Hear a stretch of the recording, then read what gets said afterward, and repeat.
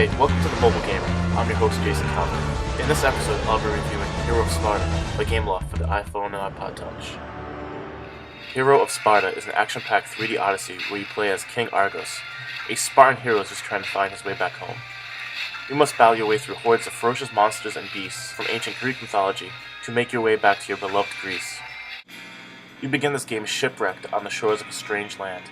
Your fleet has been destroyed, debris litters the beach, and you have the feeling that something's not quite right. With sword and shield in hand, you must cut your way through minotaurs, centaurs, gorgons, and spiders to make your way to the center of the Oracle's island. Once you've reached the center of the island and have vanquished your enemies, the Oracle will ask for your help to rid the land of these evil monsters. If you help her with this task, you will soon find yourself safely home. The first level of this game is full of instructions and hints that will help you get accustomed to the game. You are presented with a virtual controller positioned at the bottom of the screen. A directional pad is to your left. Attack and block buttons are to your right.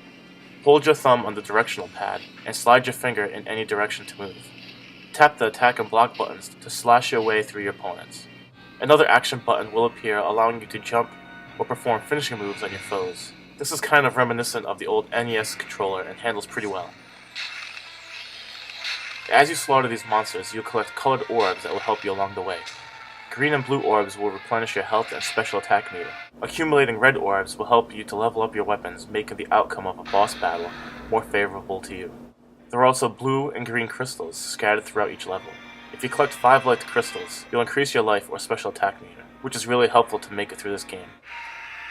When battling large beasts like the Minotaur, you'll be able to perform a timed attack where you can quickly kill your opponent. Think of this as a Mortal Kombat finishing move. Each of these large opponents have a different finishing death, which is really cool. If you're able to pull off one of these timed moves, you'll be rewarded with some extra orbs. I was pleasantly surprised when I did my first time attack and watched Argos thrust his sword into the head of a Minotaur. It was awesome. I never thought I'd see something like this on an iPhone.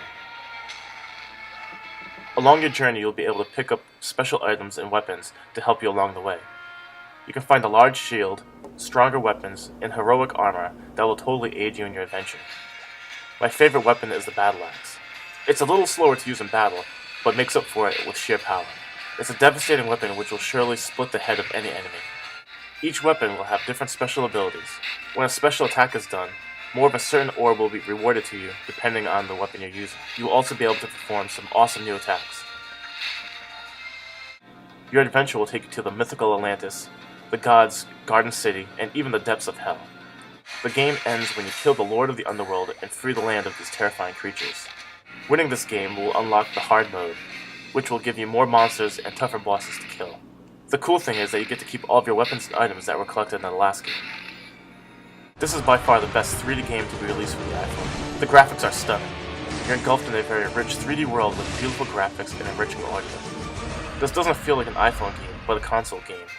It's like playing God of War and watching 300 at the same time. It's a really great game and has earned a spot next to Gears of War 2 in the list of my most favorite games. I completely enjoy this one. There are a couple of small flaws though. When battling a large amount of creatures, the gameplay can get a little jerky.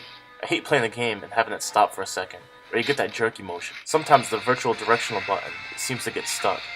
It may be my screen protector, but sometimes it stops working for a second. It's no big deal, just hack away at your enemies until it works again. Or I usually just take my thumb off the screen for a second, then place it back down. But it can be a pain in the ass when you're battling huge hordes of beasts, or you're trying to do that cool finishing move. Those small flaws don't affect the gameplay enough to really bother me though. With awesome graphics and console-like gameplay, I'm giving Hero of Sparta a 9.5 out of 10. Totally worth the $6, so pick this one up and slash away. To watch more episodes and stay up to date on what games are hot or not, subscribe to this show for free on iTunes. Just search for The Mobile Gamer. You can also visit us online at themobilegamer.blip.tv. Thanks for watching this episode of The Mobile Gamer, and until next time, happy gaming.